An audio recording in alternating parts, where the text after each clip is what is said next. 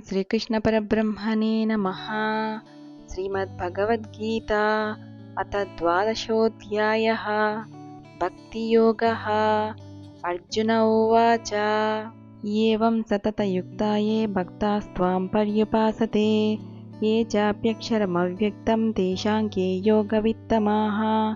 श्रीभगवानुवाच मय्यावेश्य मनो ये मां नित्ययुक्ता उपासते श्रद्धया पर्योपेता ते मे युक्ततमा मताः।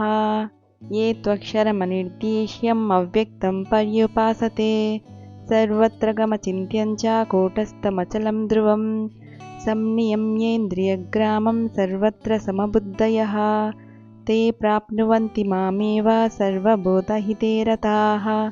क्लेशोऽधिकतरस्तेषाम् अव्यक्तासक्तचेतसाम् अव्यक्ता हि गतिर्दुःखं देहवद्भिरवाप्यते।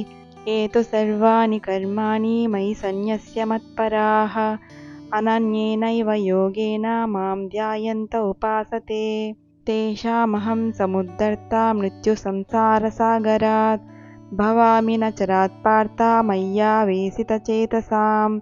मय्येव मन आद्यस्य मयि बुद्धिं निवेशय निवसिष्यसि मय्येव अत ऊर्ध्वं न संशयः।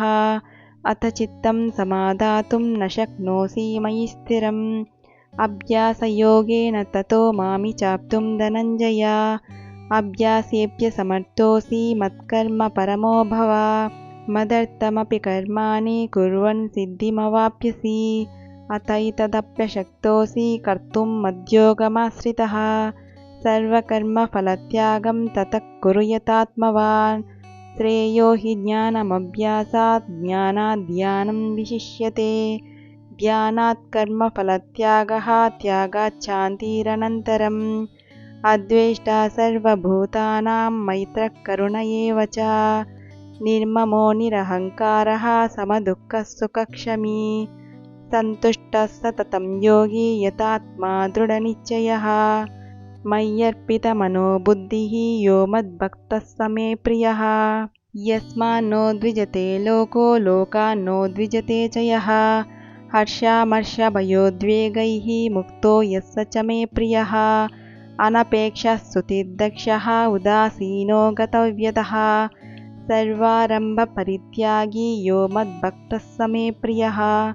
यो न हृष्यति न द्वेष्टि न शोचति न काङ्क्षति शुभाशुभपरित्यागी भक्तिमान् यः स मे प्रियः।